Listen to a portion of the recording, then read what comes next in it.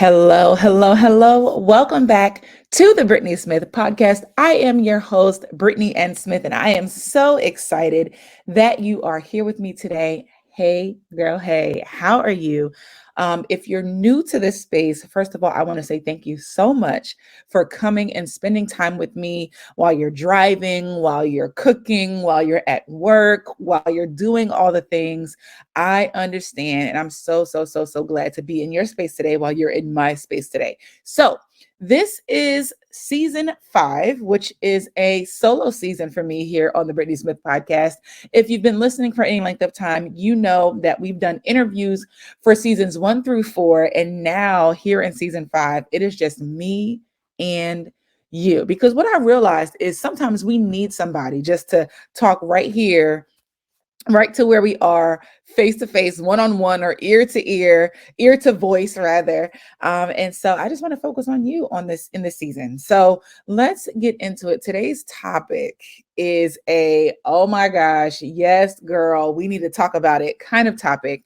Because if you're listening, it's because you are that girl in your spaces. You are the friend that does all the things. You're the strong friend. You're the mom. You're the wife. You are the leader in your organization. You are the one who speaks up in the meetings. You're the kid in the group that does all the work, right? Like you're the planner, you're the organizer, and you are tired. Okay, you are tired. And so I want to talk about something that makes us uncomfortable. If you're like me, if you're like the woman that I just described, I want to talk about what makes us uncomfortable. And that is prioritizing ourselves. We, for some reason, have an issue prioritizing ourselves. One of the things that we forget is oftentimes we can't pour what we don't have, right? And so if you are depleted, if you are empty, if you are on edge, if you are at your wit's end, then all of the things that you do, all the spaces that you show up, all the places that people expect you to be the amazing you that you are, all of those things suffer when we don't take care of ourselves, right? And so I was talking to a business bestie sister friend, and she said something that made this idea, this podcast episode topic an idea for me. She said, "Yeah, because if it doesn't get put on my calendar, it doesn't get done." And I said, "Huh." You are right about that. If that's you, I just want you to say, yes, girl. I know I can't hear you, but if that's you, if that's how you operate, if it's not on my calendar, then it ain't happening. I want you to consider that as we have this conversation. First of all, you need to put yourself on your calendar. If you're saying that if you're not calendaring it, it's not happening, then your self-care has to happen. It has to get put on the calendar. So, for example, for me, Mondays are my days off from everything. My days off from ministry, my days off from working in the business. It's my day to rest. It's my day to eat some good food. It's my day to take a walk in the sunshine. It's my day to do a puzzle. It's my day to do something that feeds me and fills me up. It's my day to meet with a good friend that we can catch up and the conversation is fulfilling to me. It is my day to chill all the way out, to come all the way down, to disconnect from the things that, the stressors in my life. They're good stressors, but it allows me to disconnect from those things so that I can breathe a minute. And if you don't have that in your life, you need to get it in your life. You need to identify a time every single week, if not every single day, even if it's 5 minutes, 10 minutes, 15 minutes, whatever it is, you need to put yourself on your calendar. Like put it in your Google Calendar, me time, B time, if your name starts with a B, like whatever you want to call it. And then you have to take it a step further and let the people in your life know that this is what this is. So my church people have gotten to the point where they know Mondays, don't reach out to Elder Brittnee because she's on her day off. She's on her sabbatical. She's on her Sabbath, right?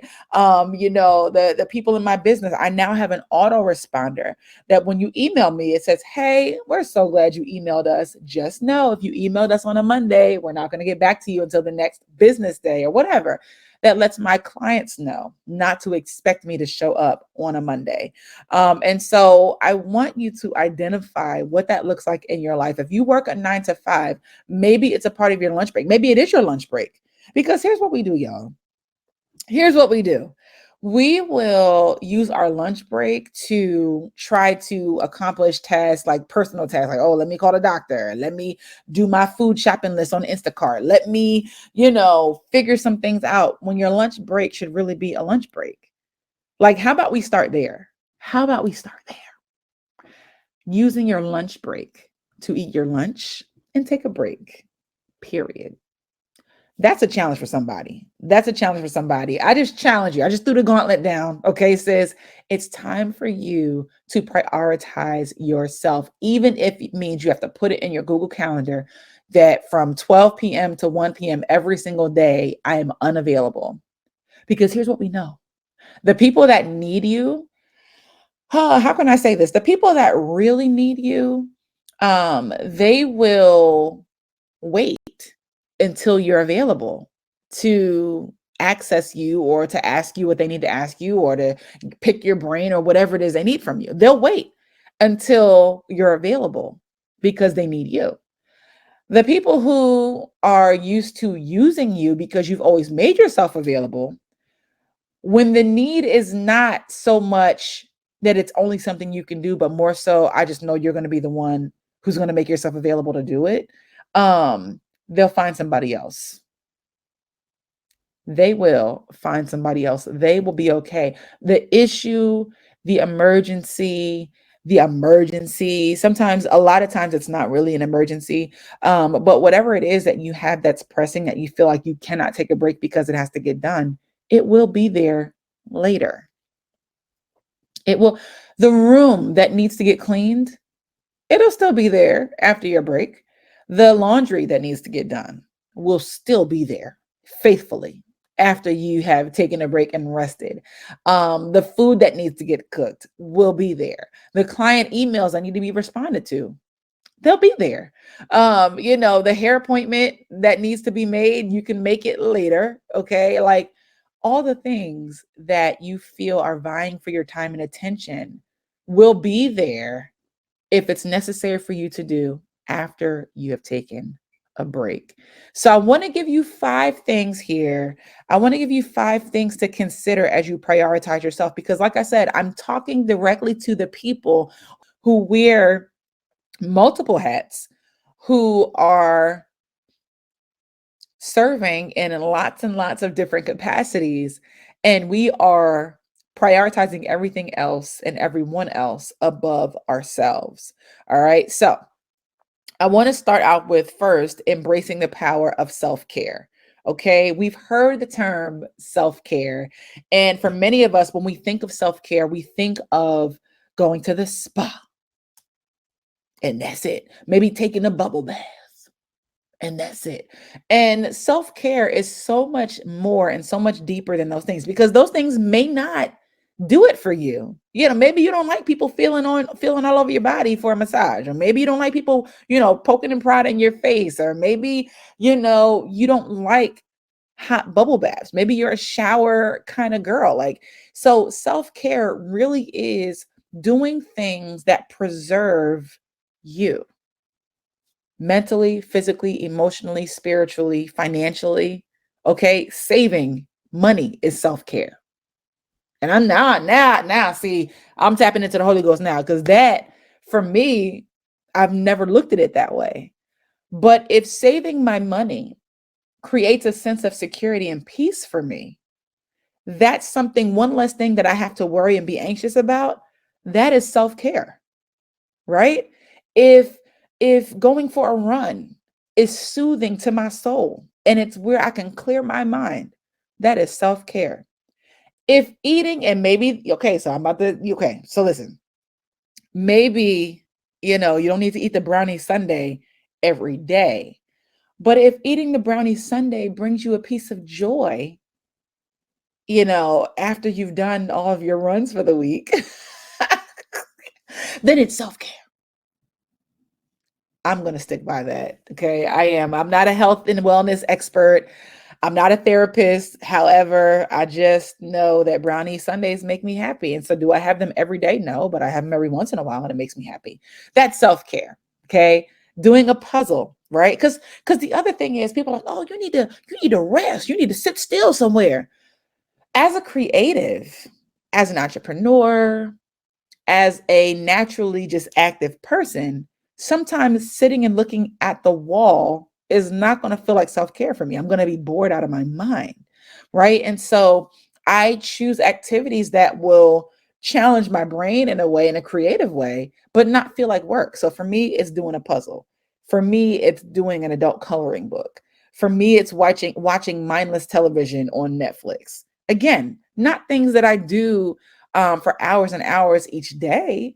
But when I choose my me time for the week, those might be some of the things that I choose to do. Finding a recipe on Pinterest and cooking something new that I've never done before. Creative and satisfying because I get to eat the treat. You see what I'm saying? So I want you to embrace the power of self care. Identifying legit devotional time each day. That is spiritual self care.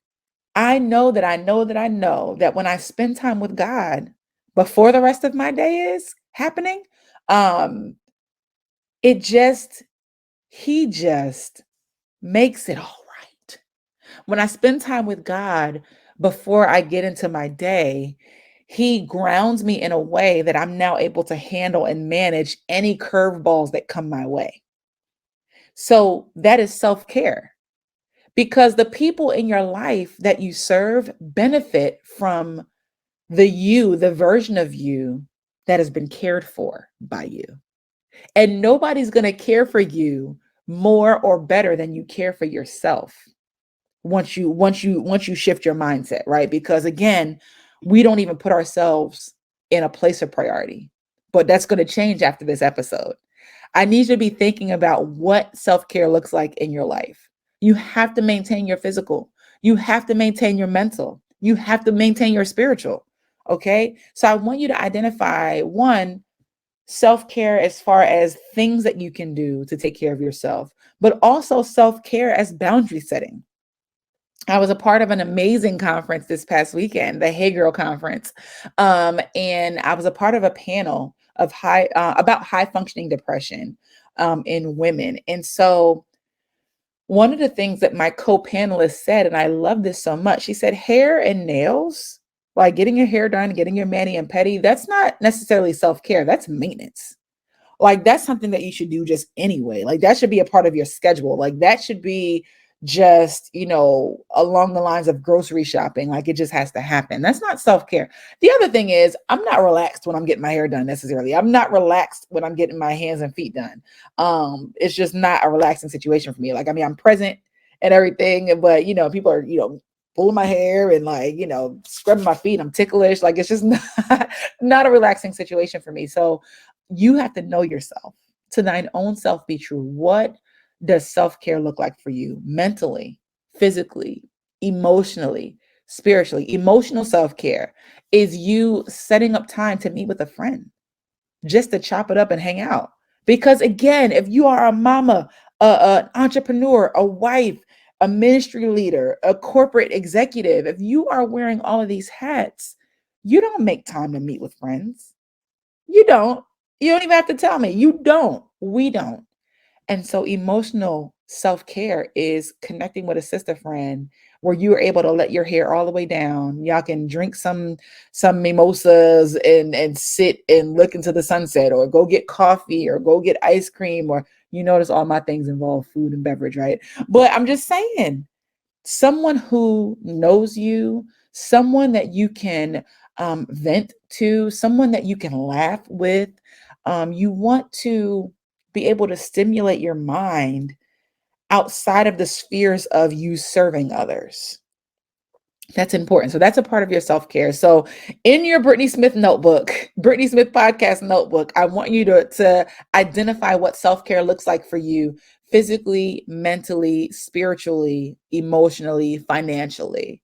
That's what I want you to do. The next thing, number 2, is I want you to cultivate a strong support system. Again, we don't do this well because we are the strong support system. But how many of you know we need somebody? You need somebody or somebodies that are going to hold you up. Life is hard. We as women, we carry so much. You carry so much. Who do you run to? Who do you run to when life is just so heavy and you need a shoulder to cry on? Who do you run to bounce ideas off of when you have to make a big decision in your life? Who do you get feedback from? Who do you get wise counsel from? Do you have people who are on the same level as you, pursuing the same things as you, like-minded individuals to connect with on a regular basis? Who are your people? But who are your people? I want you to cultivate a strong support system, people that understand you and know where you are and can meet you where you are, because we all need somebody to lean on. All right, so that's number 2, create a strong support system. Number 3 is delegate and outsource. Whew, child. So this one has been a challenge for me because I am a recovering control freak. I just like things done a certain way. I am a creative. And so if it's something to do with creativity, I kind of get a vision and just want to run with it. But I've gotten to the place in my life now where I need to give some of those lower level things to other people, and not lower level as if it's menial or something that I am above necessarily, but I've gotten to the place in my life where I need to focus on doing the things that only I can do and delegating and outsourcing the things that someone else can do. Someone else who's skilled at administration, someone else who's skilled at managing the podcast, right? Like, I don't do my own editing. I don't do my own graphics anymore. I have a virtual assistant who's amazing, and she has the capacity to do those things now so that I can be freed up as the visionary of this particular business, that I can do what only I can do. I can record the podcast episodes. I can come up with the content. And even she's helping me with that. So I want you to think about what you can delegate and outsource in your life. Maybe it is, as far as cooking for your family. Maybe you are just so busy and you don't have time. First of all, you don't love cooking. And then second of all, you don't have time to do the food shopping and do the menu curation and all the things. You can outsource that and get a meal prep service. Maybe it's cleaning your house. You can outsource that and have a cleaning service come to your house once or twice a month. And in the year 2023, these things are not so much reserved for the rich and famous anymore. Like, there are affordable meal services, home cleaning services that are available to us to help alleviate some of the load of life. Because now, back in the day, more mothers were at home, just taking care of the home, not just, but taking care of the home, taking care of their families. They didn't have to work. Now, mamas be working, okay? And raising kids is a full-time job, and keeping a home is a full-time job, and running a business is a full-time job, and working a 9 to 5 is a full-time job. And like, we have all these different responsibilities. And so now more than ever, it's imperative that we create capacity by delegating and outsourcing things in our lives. So again, I want you to look at the different areas of your life where you wear a hat, like you have real responsibility. And then I want you to think about which parts of that responsibility can be delegated to someone else. You need a team around you. And that's what the next episode is going to be about. It's about creating and curating your life team. And I'm going to talk about the different areas that you can bring people in to help with your life. Okay. We need a team. All right. That's number 3, delegate and outsource. Number 4, prioritize your relationship with God. And this really should have been number 1, but it's a number nonetheless. It is important. It is paramount that you prioritize your relationship with God, because in your communing with God, He's going to show you what to do and how to do it. He's going to show you who should be a part of your life team. He's going to show you what you can delegate and what you can outsource. He's going to show you what you need to take off your plate altogether. He's going to show you what people in your life are drainers and suckers and stressors that you need to kind of create boundaries against or around, between, I guess. He's going to show you what things fill your cup. Maybe you don't know, because I find that, I'll say, hey girl, what do you like to do? What do you enjoy doing for yourself? And they're like, I haven't even really thought about it, honestly. And I'm like, girl, all right, let's fix that. First of all, we don't think about ourselves, right? And so spending time with God allows us to, again, be grounded, and for him to show us who we are and show us what he wants for us. Maybe he wants you to take a walk today instead of riding the bike. Maybe he wants you to meet with this friend versus that friend because there's something that both of you need from your exchange. Maybe he wants you to vacation to this place instead of that place. Maybe he wants you to work on this project instead of that project.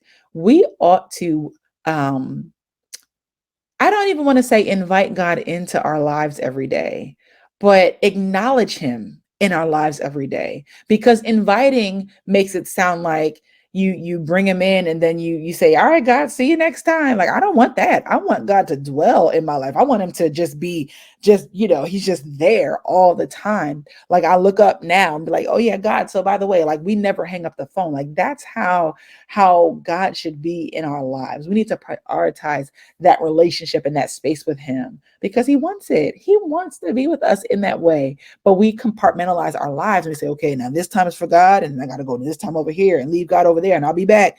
No, prioritize God, prioritize your relationship with him, discuss ways to incorporate prayer. And even this is where accountability and that support system comes in, because if you have like-minded individuals in your space, they too ought to be praying. They too ought to be reading the word. They too ought to be interested in talking about spiritual things. So you have a space to be held accountable in how you're spending time with God. Your friends, the people in your circle ought to be able to be like, have you prayed today? Have you spent time with the Lord lately? Like, they should be able to tell when you are gleaning and sitting at his feet the way that you should. And I'm telling you, we just experience life differently when we spend time in his presence and then go into the day. And I am still working on this. I'm not saying this from a place of be like me and be perfect. No, I'm not. I am not perfect. However, I am aware of my need for the Lord in my life. I am aware of my need for his presence, my need for his guidance, my need for his wisdom. I am very much aware that I need him every single day. All right. So that's number 4. And then number 5, let go of perfectionism and embrace grace.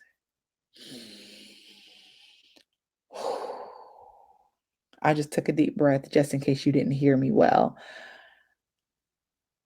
Let go of perfectionism and embrace grace. You want me to tell you how I am practicing that in my life? I done coughed on this episode. I done had to plug my computer in on this episode. And you're going to get all of that. You're going to get all of that. I know that maybe in the podcasting space, there are people out there that may be like, oh my gosh, you need to edit those things out. However, I'm a regular person just like you. Things happen all of the time. If my babies were here, they'd be in the background like, Mommy. And I'd be like, hey, y'all, meet the girls, right? Let go of perfectionism. Now, do you want to operate in a level of excellence at all times? Absolutely. But your best today, even if it's 40% of your norm, if all you have today to give is 40%, give the 40% and it's good enough, period. Your best is good enough. So I want you to give yourself grace. I want you to give others grace. But as we get back to talking about prioritizing yourself, grace also looks like understanding that you can't do it all. Grace also looks like not beating yourself up because you couldn't be in 8 places at one time. Grace looks like producing the thing and it not being 100% perfect and being okay that it was produced and it's done, because done is better than perfect.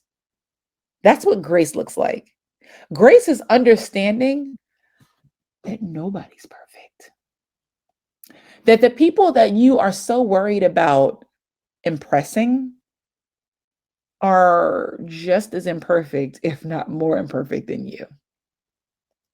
The people that are judging your project, your podcast episode, your YouTube video, your social media post, your email marketing, the way you parent, the way you cook, the way you dress, the people that are judging you don't even matter.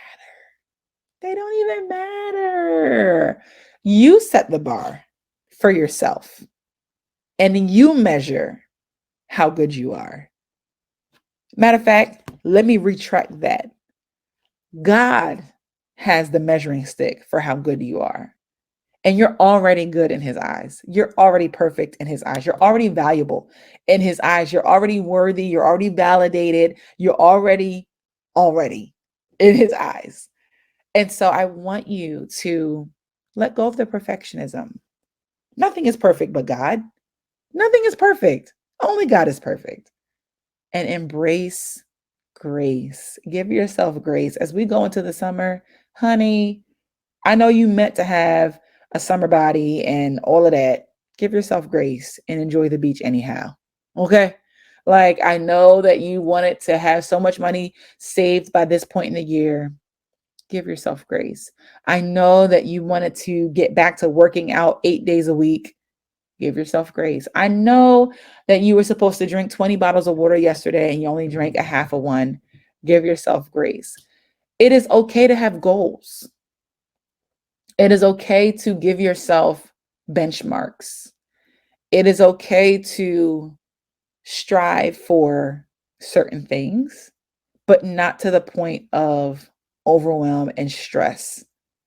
Don't put that on yourself. Don't put that on yourself.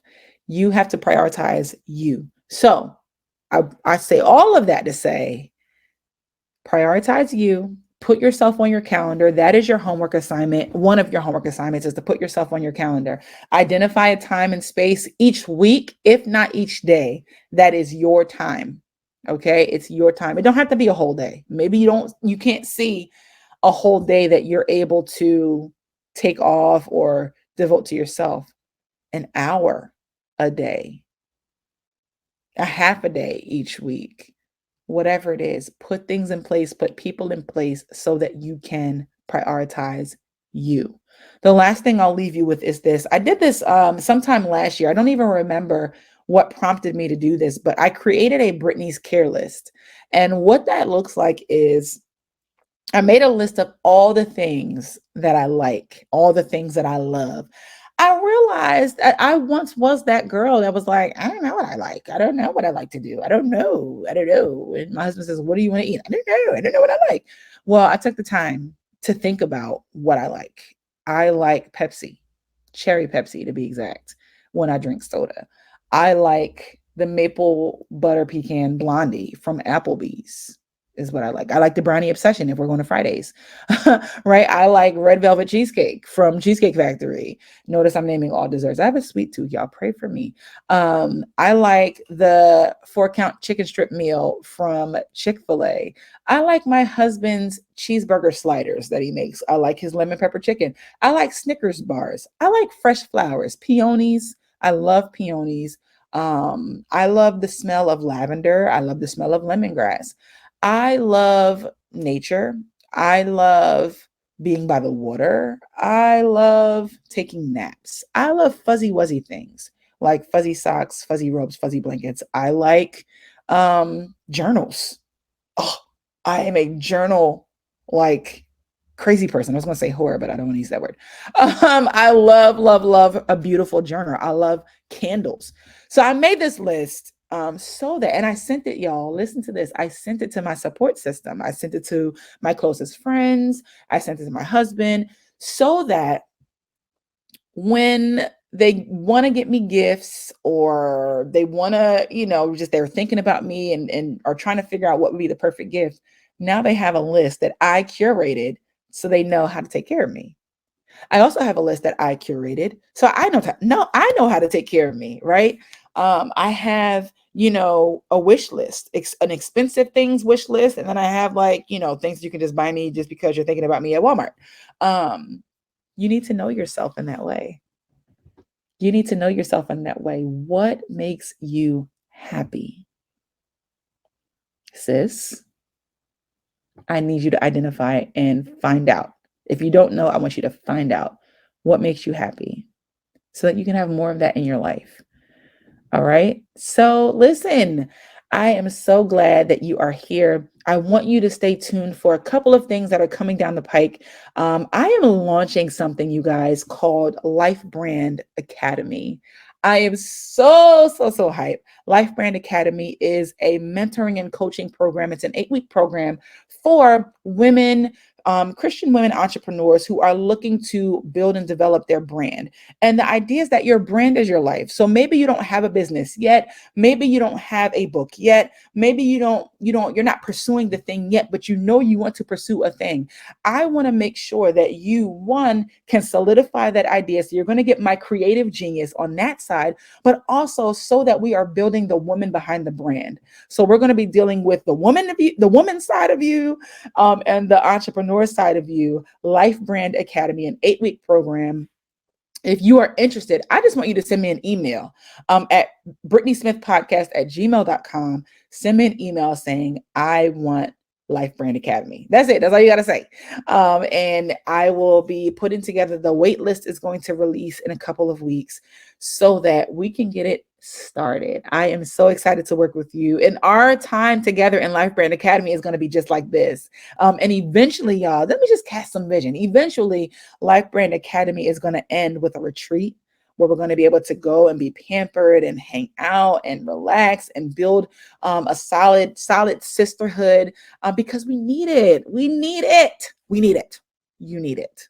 Okay. So I'm excited. Make sure you check out the website. You can get your Brittnee Smith Podcast notebook, Brittnee Smith Podcast journal, okay, so that you can take all these notes in your Brittnee Smith Podcast journal. You can visit my website, BrittneeSmithCreative.com/shop. The link will be in the show notes as well.